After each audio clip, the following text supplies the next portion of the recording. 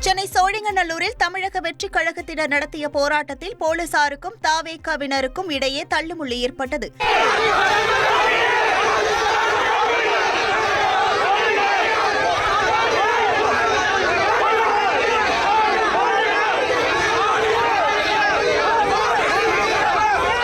பெண்கள் பாதுகாப்பு மற்றும் சமூக அநீதிக்கு எதிரான நல்லிணக்க போராட்டம் என்ற தலைப்பில் நடந்த இந்த போராட்டத்திற்கு அனுமதி பெற்ற நேரத்திற்கு மேலாகியும் திரும்ப செல்லாமல் தவேகாவினர் போலீசாருடன் வாக்குவாதம் செய்ததாக தெரியவருகிறது. பிறகு இரண்டு தரப்புக்கும் இடையே தள்ளுமுள்ளு ஏற்பட்டதால் பரபரப்பு ஏற்பட்டது. இதனால் சோழிங்கநல்லூரில் கடும் போக்குவரத்து பாதிப்பு ஏற்பட்டது. மகளிர் தினத்தை முன்னிட்டு சங்கரன் கோவிலில் தமிழக வெற்றிக் கழகத்தினர் திருவள்ளூர் பூங்காவிலிருந்து பேரணி செல்ல காவல்துறையினர் அனுமதி அளித்தனர்.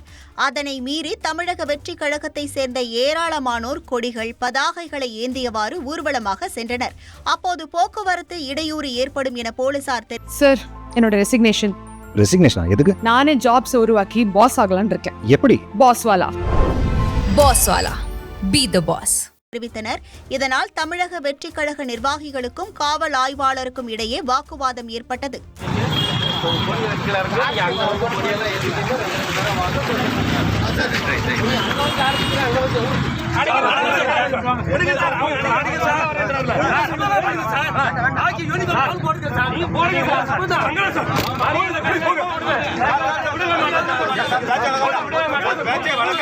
மரியாதை